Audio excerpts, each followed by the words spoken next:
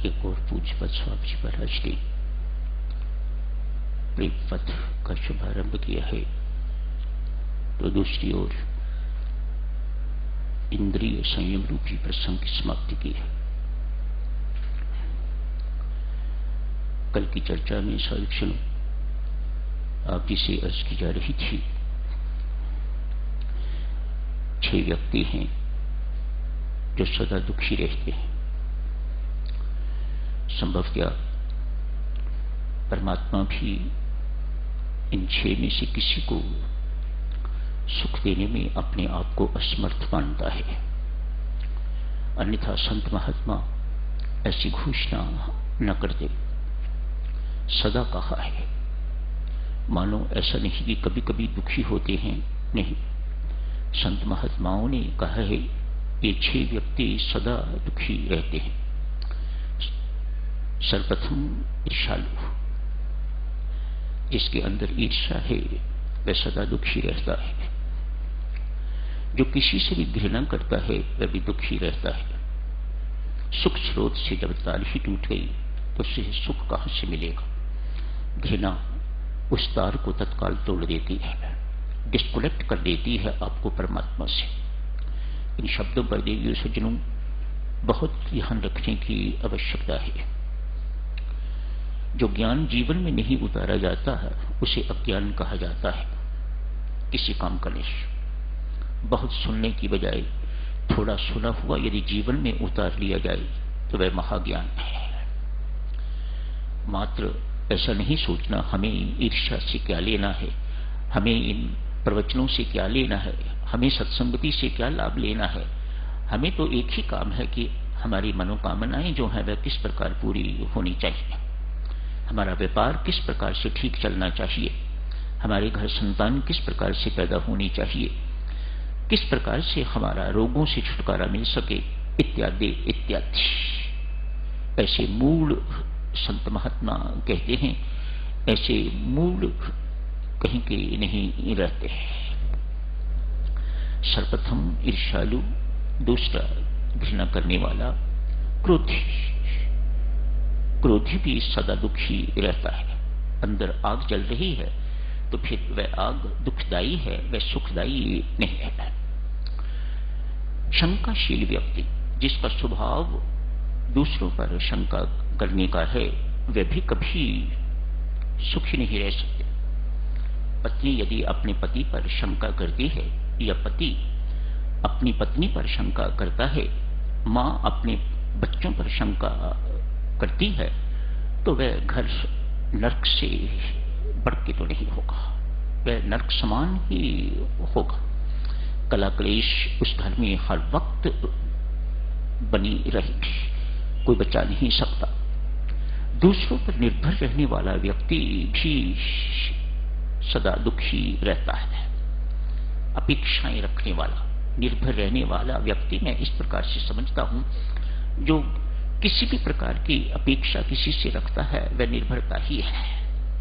वैसे तो कोई शराब पर निर्भर है, कोई सिगरेट बीड़ी पर निर्भर है, कोई सेवा पर निर्भर है, कोई आके मेरा काम करेगा तो मुझे खाने को मिलेगा, तो मुझे ये होगा, तो मुझे वो होगा। दूसरों पर निर्भर रहने वाला व्यक्ति भी दुखी। शायद 5 हो गए हैं। छठा, असंतोषी। इन 6 को देवियों सज्जनों कोई सुखी नहीं रख सकता। ईर्ष्या की चर्चा चल रही है। ईर्ष्या अपने आप को कई ढंगों से अभिव्यक्त करती है। कल से आप देख रहे हैं, संभवतः आज भी देखोगे, हो सकता है कल भी ये चर्चा जारी रहे। प्रेम पथ की चर्चा सोमवार को कर सकते हैं। ईर्ष्यालु व्यक्ति की सोच इस प्रकार की हो जाती है, जो मैं सोचता हूं, करता हूं, बोलता हूं वही सही है। क्यों? किसी दूसरे को सही मानने से उसकी अपनी इंपॉर्टेंस जो कम होती है, और ईर्ष्यालु व्यक्ति ये कभी सहन नहीं कर सकता।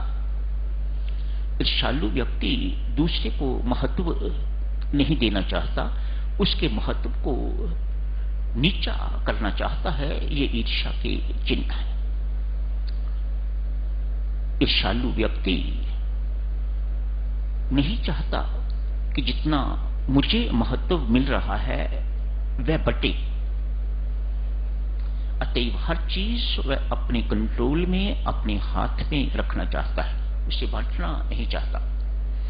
उससे उसकी महत्व, उसकी महत्ता कम होती है और ये ईर्ष्यालु सहन नहीं कर सकता।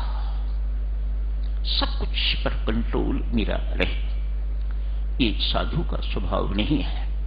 साधु बांटना जानता है और संसारी जो ईर्ष्यालु है वह सब कुछ अपने पास रखना चाहता है, कुछ भी किसी को देना नहीं चाहता, शेयर नहीं करना चाहता, नहीं चाहता है कि जो कुछ मेरे पास है वह किसी प्रकार से कम हो। ये ईर्ष्या के चिन्ह है। ऊपर से देखने में व्यक्ति नॉर्मल दिखाई देता है, लेकिन ईर्ष्या की अग्नि जहां जलती है वहां क्रोध की अग्नि भी साथ ही साथ हुआ करती है। संत महात्मा तो यहां तक कहते हैं कि ये अग्नि कभी अकेली नहीं जलती, वहां ईर्ष्या की अग्नि के साथ क्रोध की अग्नि भी होती है, और इन दोनों के मूल में बात तो अभिमान की है। वह भी पूरे जोर शोर से, पूरे बल से भीतर बैठा हुआ होता है। अभिमान ही है जो ये चाहता है कि मेरे अभिमान को किसी भी प्रकार की ठेस नहीं लगनी चाहिए। अरे तू छोटी है, तेरी ये हिम्मत कि तूने मेरा कहना नहीं माना, बस चेन शुरू हो जाती है। कल चर्चा चल रही थी, एक 34-35 वर्ष की महिला, यहीं की बात है देवियों। 34-35 वर्ष की महिला, लेकिन देखने में वृद्ध लगती है, वृद्धा। फेस बिल्कुल मरियल सा, जैसे शब का होता है, पीला फेस, पिचका हुआ मुख, अविवाहिता है। मानो मैं अविवाहिता को ब्रह्मचारिणी कहता हूं। ब्रह्मचर्य का अपना बल हुआ करता है, उसकी अपनी रौनक हुआ करती है, उसका अपना तेज हुआ करता है, उसका अपना ओज हुआ करता है। वह ब्रह्मचारिणी होने के बावजूद भी ऐसा उसमें कुछ नहीं है, रोगी दिखाई देती है। क्या रोग है किसी की समझ में नहीं आता। महीनों सालों से स्लीपलेसनेस, अनिद्रा, जहां नींद नहीं आती वहां पाचन शक्ति भी बिगड़ जाती है, तनाव रहता है, आदमी डिप्रेशन में रहता है, बोलता नहीं है किसी के साथ। क्या बोले? अपना रोग कौन कहना चाहता है, अपनी बीमारी कौन कहना चाहता है, अपना पाप कौन बताना चाहता है, अपने दुर्गुण का वर्णन कौन करना चाहता है। इसलिए वह व्यक्ति चुप हो जाता है, जिसे आजकल डिप्रेशन कहा जाता है। तनाव भरा जीवन, ब्लड प्रेशर कभी ऊपर कभी नीचे चढ़ता रहता है, न जाने कहां कहां अपना इलाज करवाया है। भक्ति भाव वाली महिला है, मैंने कहा ना, यहीं की है, यहीं की है, तो जप करना चाहती हैं तो इस वक्त जप नहीं होता। कहती है मेरा मन नहीं लगता जाप में। यहां किसी से बात करेंगी जो समझदार हैं, उनसे किसी से थोड़ा उनको कॉन्फिडेंस में लेके तो बात करती है, तो वो कहते हैं तो जब क्यों नहीं करती। वह झट से कहती है मेरा मन नहीं लगता, मेरा ध्यान में मन नहीं टिकता, बैठने की कोशिश करती हूं कुछ नहीं होता। 1-2 दफा उसने आत्महत्या करने की भी कोशिश की है, निराश हताश हो गई हुई है, कोई डॉक्टर नहीं छोड़ा। जिस किसी के पास भी जाती है वह छोटी मोटी दवाई दे देते हैं, अक्सर नींद आने वाली, ट्रैंकुलाइज करने वाली ऐसी मेडिसिन उनसे लेके तो कोई फर्क नहीं पड़ता। जितनी देर तक नींद आई, दवाई के प्रभाव से आई, उसके बाद फिर हालत वही। आज ये महिला बहुत परेशान है, डॉक्टर भी परेशान है। कैसा रोग है जो हमें पता ही नहीं चल रहा, कैसा रोग है जो किसी दवाई को रिस्पॉन्ड नहीं कर रहा। उनकी भी बड़ी भारी समस्या। पॉलीक्लिनिक्स हैं आजकल, वहां विभिन्न विशेषज्ञ बैठते हैं, तरह तरह के विशेषज्ञ, न्यूरोलॉजिस्ट भी बैठते हैं, साइकोलॉजिस्ट भी बैठते हैं, साइकेट्रिस्ट भी बैठते हैं, चेस्ट स्पेशलिस्ट भी बैठते हैं, हार्ट स्पेशलिस्ट भी बैठते हैं, इत्यादि इत्यादि। आज सभी के सभी जनरल फिजिशियंस भी बैठते हैं। आज सभी के सभी इकट्ठे हो गए हैं।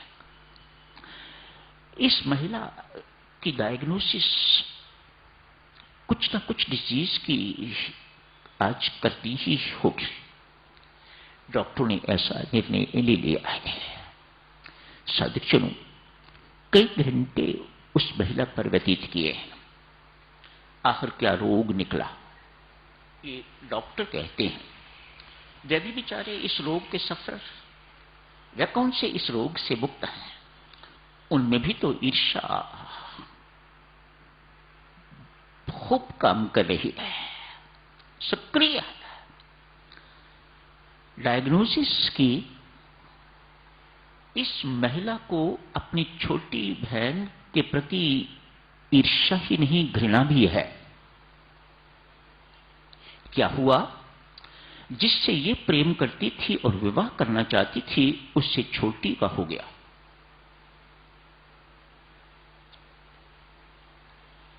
कब से विवाह हुआ है, तब से आज तक ये बड़ी ऊपर से तो प्रीति दिखाती है, लेकिन अंदर से गोली मार दूं इसे, इतनी घृणा है उसके अंदर। डॉक्टर ने सुझाव दिया, देवी आपकी समस्या हमारे उपचार से बाहर है। ये समस्या किसी दवाई से ठीक नहीं होने वाली। ये किसी दवा से ठीक होगी, किसी संत महात्मा की चरण शरण में जा। आज तक कभी खुल के किसी संत महात्मा से ये बात ही नहीं करी थी। औरों के पास तो करती रही, जिनके साथ उनका परिचय या जिनको समझती कि ये मेरी सहायता कर सकते हैं, इत्यादि इत्यादि, उनसे बात तो की, लेकिन कभी किसी संत से, गुरु से चर्चा नहीं की। डॉक्टरों के कहने पर बहुत सी बातें साधुजनों डॉक्टरों की हम अक्सर मानते हैं। वैसे कोई कहे कि आप थोड़ी व्यायाम किया करो तो मुश्किल, लेकिन थोड़ी हार्ट की प्रॉब्लम होती है तो वो कहते हैं कि ब्रिस्क वॉक, आधा घंटा सुबह आधा घंटा शाम को, ये नहीं खाना है वह नहीं खाना है, इत्यादि इत्यादि। तो उनकी बात बड़ी आसानी से मान ली जाती है और लोग करते हैं, ऐसा देखने में आता है। डॉक्टर्स एडवाइस आज बात करी है। संत ने उस महिला को अपने पास बिठा के इतना ही कहा है, देवी तू तो राम राम जपने वाली है, मैं तुझे बहुत देर से जानता हूं, तू बहुत देर से श्री राम शरणम आती है, अब भी आ रही है। कुछ आना जाना तेरा कम हो गया है, शायद आस्था भी कम हो गई हो, श्रद्धा भी कम हो गई हो। जाप तो तू अभी भी करती है, मन लगता है ये नहीं लगता, करती है। देवी मन लगे ना लगे, इंटेंसिफाई योर साधना, जाप अधिक कर। तब जो संत महात्मा कहते हैं, जो शास्त्र में लिखा हुआ है, उस पर तेरा विश्वास बनेगा। तू शास्त्रों के शब्द सुन। शास्त्र कहता है जन्म मरण, संयोग वियोग, सुख दुख, सफलता असफलता, ये सब परमात्मा के हाथ में है। ये किसी व्यक्ति के हाथ में नहीं। यदि तुम्हें इस बात पर विश्वास आ जाता है तो फिर तुझे अपनी बहन के प्रति घृणा का, अपनी बहन के प्रति ईर्ष्या का कोई प्रश्न ही नहीं उठता।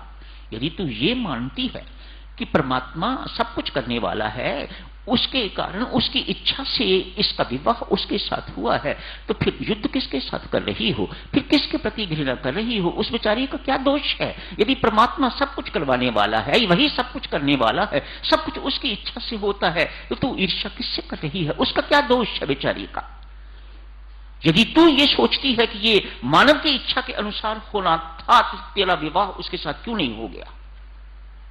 चाहती तो तू थी कि मेरा विवाह उसके साथ हो।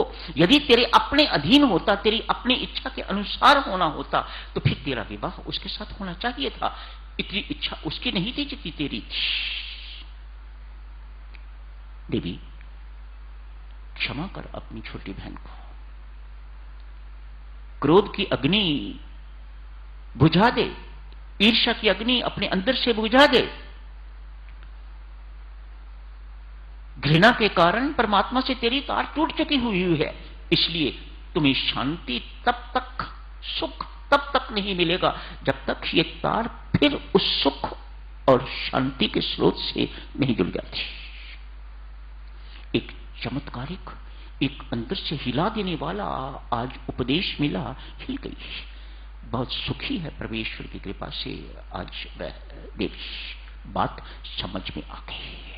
मानो जो सुना उसे आत्मसात कर लिया, उसे पचा लिया, उसे एसिमिलेट कर लिया, उसे डाइजेस्ट कर लिया, फिर उसे एसिमिलेट कर लिया, तो बस जीवन बदल गया। ईर्ष्यालु व्यक्ति किस प्रकार से साधक जनों दूसरे का नुकसान करता है। तो छोटी बहन थी इसलिए कुछ उसका बिगाड़ नहीं सकी। सामान्यता जिनके अंदर ईर्ष्या की अग्नि जलती है, वह दूसरों को जलाने की भरसक कोशिश करते हैं और कहते हैं हम इसे जला के राख कर देंगे। ये नहीं पता कि वह अग्नि स्वयं ही आपको जला के खाक कर देगी। कल साधक जनों इस चर्चा को जारी रखेंगे। आज यही समाप्त करने की इजाजत दीजिए।